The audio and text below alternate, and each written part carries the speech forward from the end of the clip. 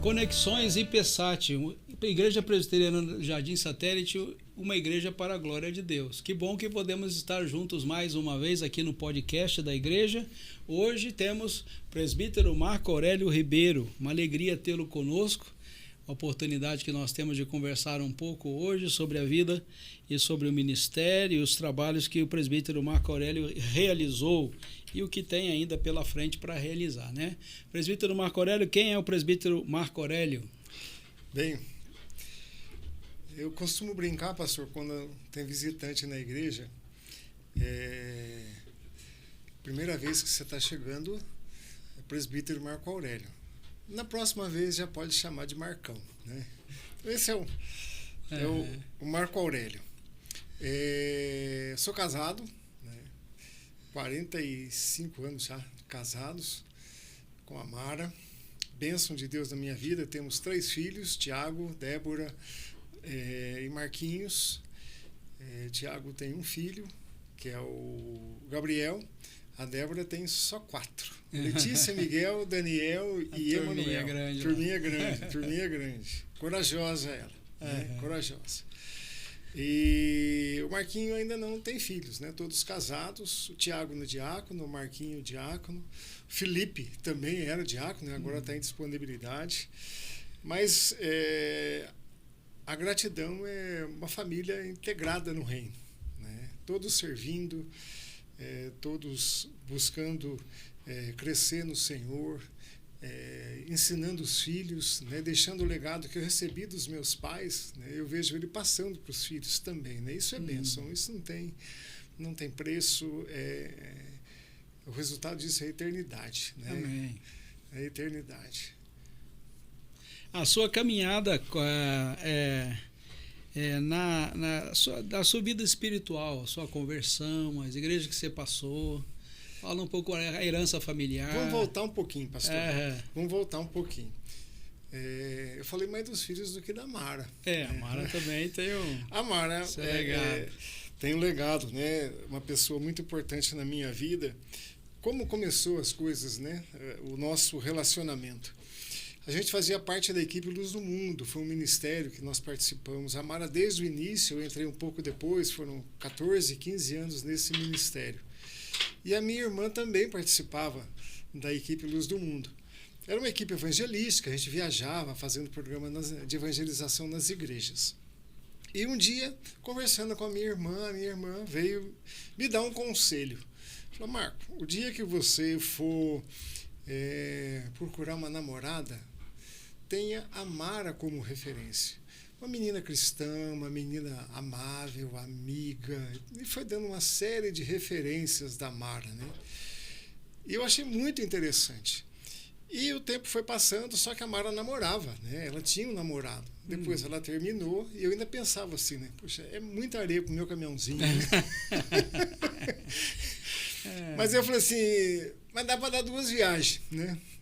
E outra, já que é para ter alguém tendo a Mara como referência, né? Por que não a Mara, né?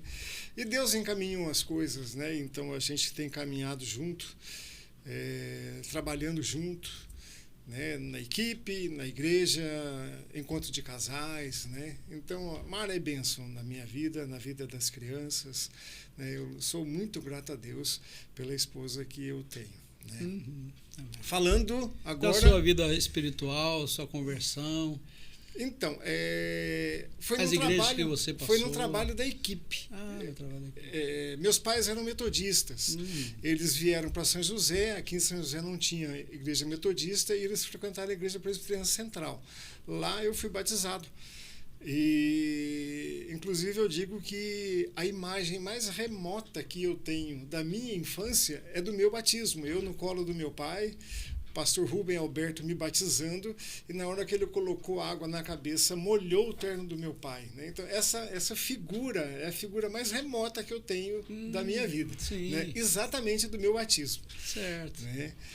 Depois, abri um trabalho na igreja metodista aqui, eu passei a adolescência a mocidade na igreja. Ali a gente já começou a desenvolver liderança junto aos adolescentes, né? Presidente lá da Sociedade de Adolescentes da igreja. Lá foi a minha profissão de fé.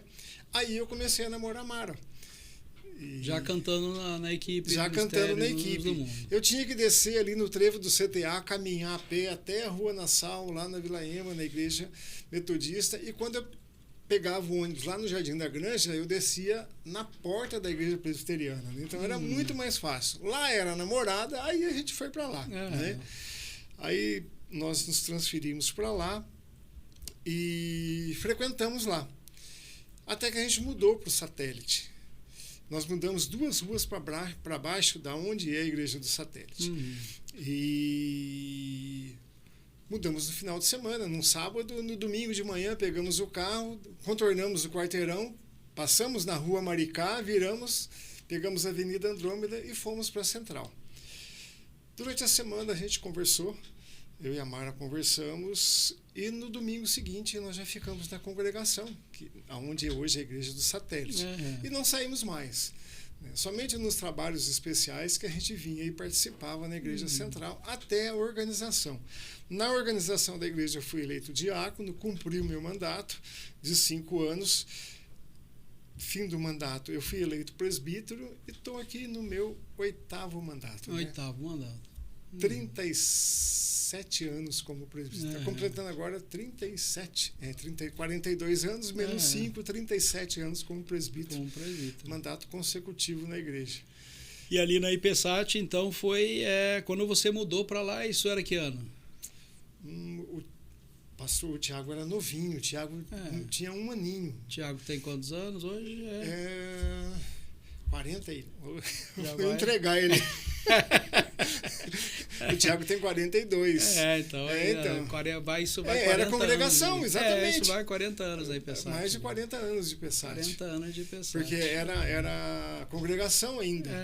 Certo. A Débora nasceu depois da organização. A Débora nasceu 2 anos depois do Tiago. Então, já era igreja. Né? Já era igreja quando a Débora nasceu. 81, 83, 85, né, que eles nasceram. Então, em 82, a igreja foi organizada.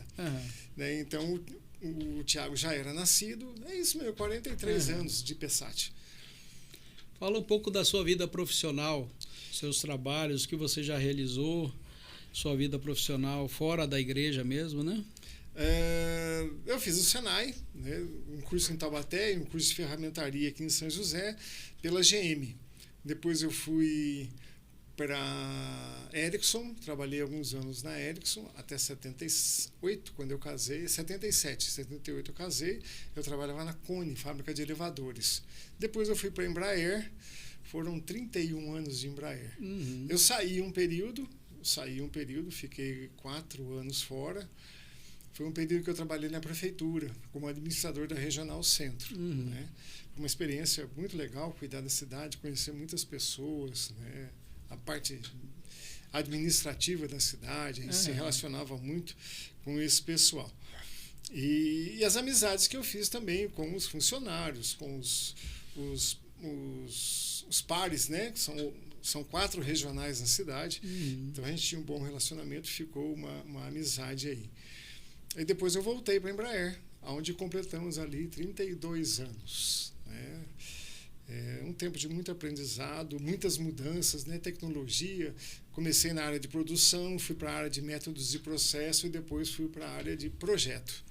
E o último período eu assumi uma coordenação de segmento do avião. Eu era responsável pela asa e a parte da fuselagem, aonde é fixada a asa, na estrutura da aeronave. Né? Então, eu era responsável por todas as modificações que tinham nesses segmentos. E os funcionários, os projetistas, né, engenheiros do grupo é que faziam as revisões dos desenhos, eu já não fazia mais, né, só fazendo a parte de coordenação. Embora não sendo engenheiro, Deus deu essa bênção também, né, esse privilégio. Sempre fui muito respeitado pelos amigos, né, pelos colegas lá, engenheiros inclusive, nunca houve desrespeito. Também já tinha 20 e tantos anos de Embraer, Já né? conhecia Outros deles bem, também, né? Mas assim foi uma experiência muito gratificante, né? Ter chegado e alcançado essa posição de coordenação também, que a gente chama de focal point lá na área de projeto da Embraer. Certo. E a aposentadoria veio quando? Veio, quanto tempo já? Pastor, já deu 7 anos que eu saí da Embraer. Saiu e já aposentou? Não, a aposentadoria saiu antes. Né? Já tinha saído antes. Já tem uns 15 anos de aposentado. Aposentado, mas saiu da Embraer há uns 7 anos. 7 anos. 7 anos que eu saí. E profissionalmente, qual é o projeto novo que você tem? Serrata Movelaria. Nós montamos uma marcenaria de móveis planejados, estamos começando aí, já tem o primeiro pedido, né? Dos filhos tem vários, mas esse não tem retorno, né? O que vai dar retorno mesmo é o primeiro que já entrou aí. É brincadeira. Mas que bom. Mas podendo ajudar os filhos, a gente sempre ajuda e faz com alegria. Né? Então é um projeto novo, né? Obviamente eu vou ter com o tempo contratar funcionários, porque eu não vou ter já 67 para 68 anos já aguentar o móveis pesados e tal, então a gente espera crescer. O objetivo também, se puder empregar, é uma forma de ajudar alguém, né, a ter o seu sustento, a ter a sua condição de vida e tal. Então esse é o projeto, né, que a gente está desenvolvendo. Ela Serrata Movelaria. Olha só, então tem um projeto novo pela frente. Tem um projeto novo pela frente aí.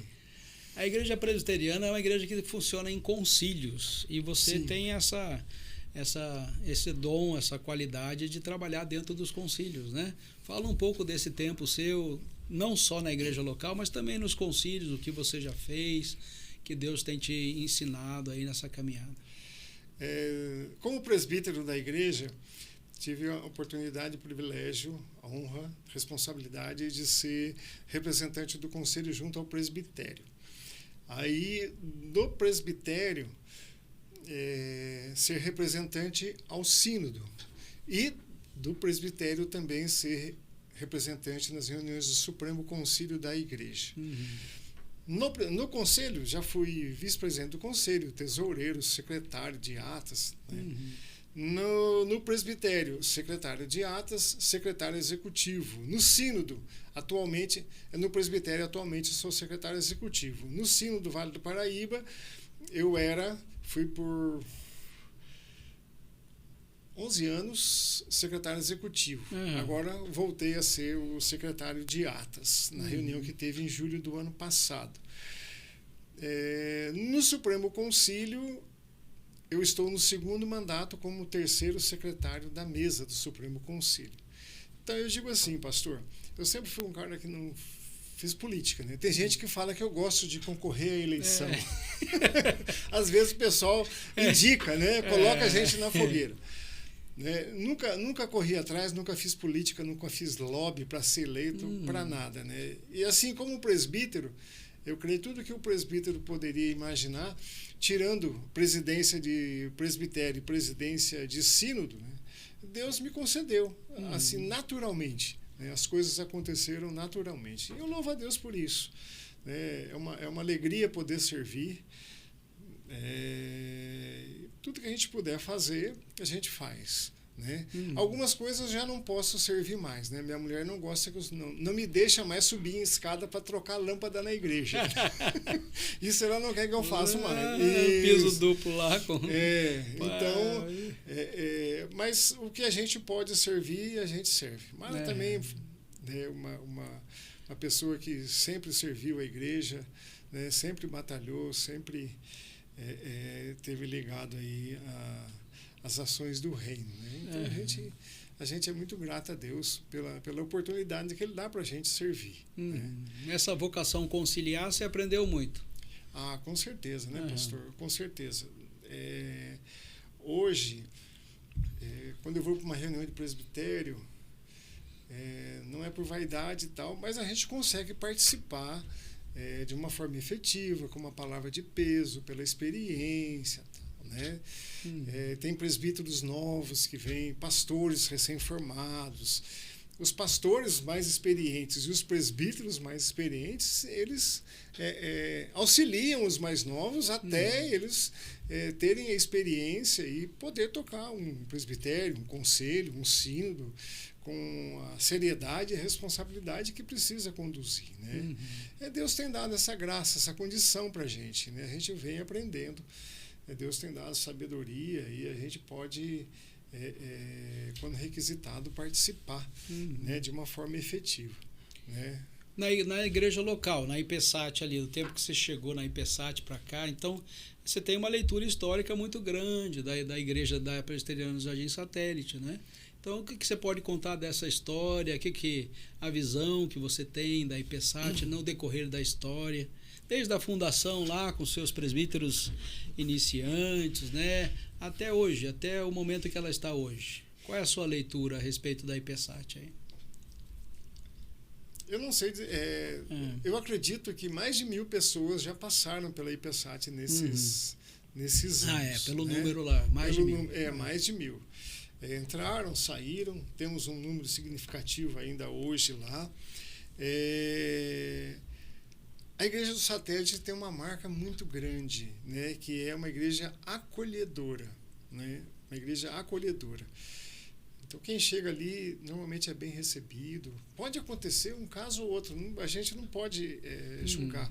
Até porque, às vezes, a pessoa ela espera ser recebida de uma forma, ela é acolhida, mas não na intensidade, talvez, que ela esperasse. Verdade. Mas deixar de ser acolhida, eu creio que rarissimamente acontece, né? Ou aconteceu nessa história. Então, essa é uma marca interessante. Outra marca interessante, nós tivemos, ao longo da história, alguns casos de enfermidade que eu vejo, que nós acompanhamos. E Deus acolheu a oração da igreja. A igreja se colocou na presença de Deus, a igreja orou, né? E Deus acolheu, né? O último caso, o Valdir, o primeiro que veio aqui, né? O Valdir, então, foi o último caso que a gente teve aí. Mas eu lembro da Elda, eu lembro da Camila, filha do Luiz, eu lembro da Elisa, filha do diácono Rogério, né? A Elda, quando ela chegou na igreja, ela foi diagnosticada depois de um tempo com 6 meses de vida. Isso há muitos anos atrás. Hoje ela tem filha moça, né, casada, tem filha, ela era solteira. Né, os médicos falam assim, você só tem 6 meses de vida. Assim, para a igreja abriu um buraco, né? A gente foi ao chão. Mas Deus abençoou, Deus tratou, Deus curou, né? E a Elda está aí. Camila também, Elisa também, o Valdirzão. Então, esses episódios marcantes de oração, né? Outros casos Deus não atendeu, mas a gente sabe que mesmo a igreja orando, em ambos os casos o que prevaleceu foi a vontade de Deus, né? O que prevaleceu, isso é certeza, né? Convicção. A vontade de Deus que prevaleceu. Sentimos nas perdas, né? Sentimos. Márcia foi uma perda dolorosa, né? Serjão, de Covid, né? Foram perdas duras para a gente. E outros irmãos na igreja. Toda perda ela é dura, né? Ela é dura. As perdas que acontecem no curso normal da vida. Então já está lá, idoso e tal. O único idoso, né, que vai ficar para a posteridade é a minha sogra, né? Tem 104 anos. Dona Julinha. Assim, Dona Julinha é campeã. Dona Julinha é campeã, né? Dona Julinha é campeã. Já está no 104, né? 104. Vai fazer 105 agora, esse ano. Agora. Esse ano. A gente Dona louva Julinha. a Deus pela vida dela também. Dona Julinha. Tivemos essas situações. Outra marca importante da igreja é o envolvimento missionário. Hoje nós temos parceria aí com cerca de 16 projetos missionários, né? A igreja cresceu muito com isso. Vamos enviar um missionário agora, no próximo enviando domingo. Agora. Tem o culto de envio do reverendo que vai estar indo para o campo de missões. a gente louva a Deus por isso. Então, eu creio que essa questão, trabalho infantil, né? Trabalho infantil sempre foi um trabalho muito marcante ao longo desses anos na vida da Igreja do Jardim Satélite, que precisa ser destacado. E a gente vê aqueles que nasceram na igreja hoje já assumindo os cargos de liderança, né? Chegaram jovens na igreja, né? Desenvolvendo os seus ministérios da igreja. Isso é bênção, né? Isso é bênção.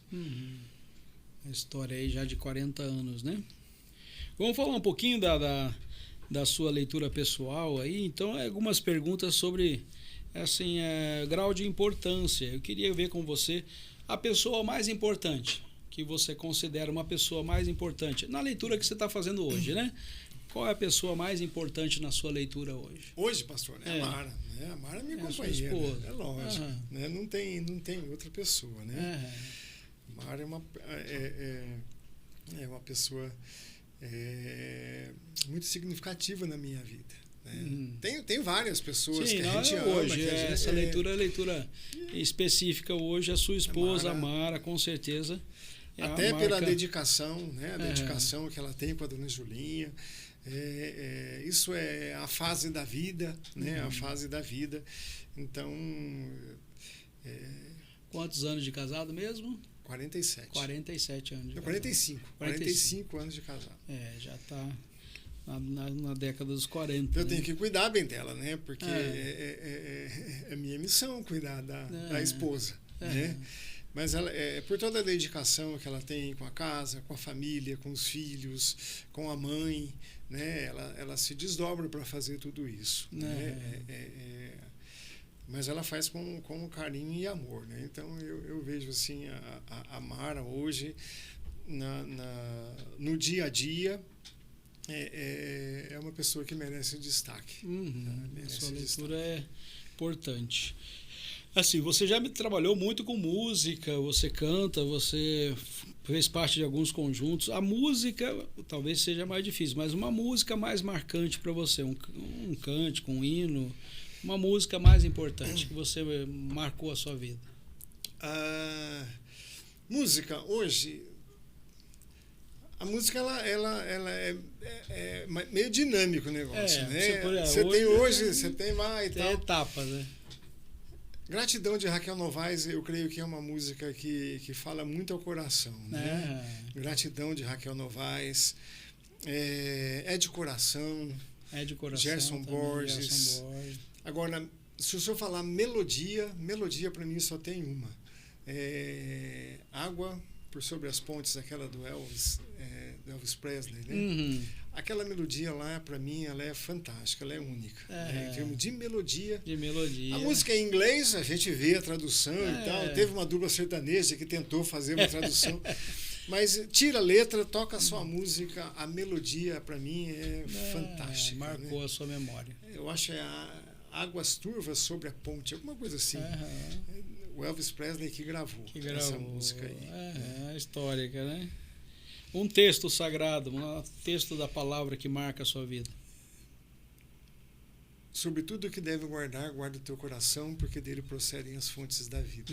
Você tem esse texto bem claro. 4:23. Esse texto para mim é muito, muito forte. Né? Guardar o coração, de lá que vem as fontes de vida. A fonte da vida. E essa ficou gravada no seu coração. Ficou gravada, pastor. Essa é gravada mesmo. Né? E uma oração importante que você tem feito, que tem marcado a sua vida aí. A oração, a gente tem aprendido muito. Toda sexta-feira nós temos reunião de oração pela pátria. Então a nossa pátria é um motivo de oração. Mas vai com a música também, né? Eu acho que gratidão. A gente agradecer a Deus, né? É o fator mais importante, porque a partir do momento que a gente agradece, a gente reconhece que Ele tem sido presente na vida da gente. Não é só obrigado, né? Mas é gratidão, né? É expressar a nossa convicção, a nossa certeza da presença de Deus dia a dia na nossa vida. Né? Isso faz toda a diferença. Né? Quando a gente não agradece, quando a gente depende da gente, acha, né, que depende da gente mesmo, aí vem frustração, porque certamente nunca vai acontecer do jeito que a gente quer.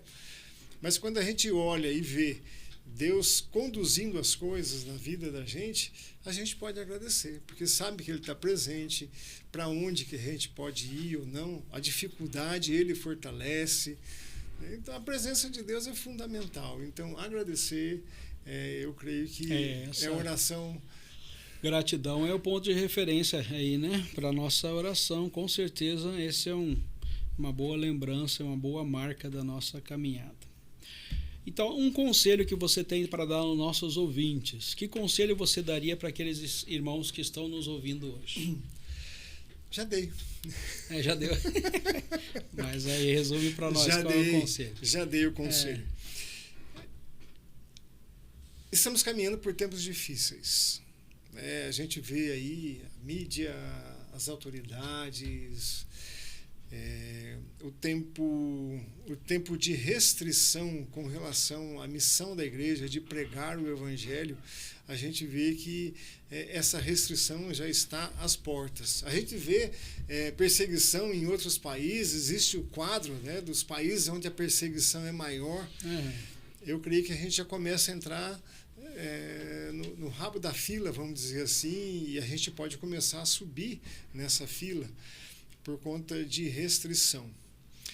Tem uma história que fala de que as pessoas iam falar do evangelho e o diabo não se preocupou muito, não. Porque as pessoas, às vezes, não têm a seriedade, a responsabilidade no pregar o evangelho.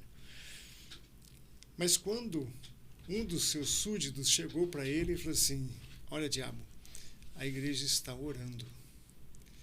Ele falou assim: e agora complicou. Se a igreja está orando, complicou para nós. Né? Então, se a gente for impedido de pregar o evangelho, a gente nunca vai poder ser impedido de orar. Né? Então, eu creio que o conselho que a gente deve dar, né, que eu gostaria de dar é isso, que a gente não deixa a prática da oração. Pastor Gustavo costuma dizer que o nosso culto não termina, né?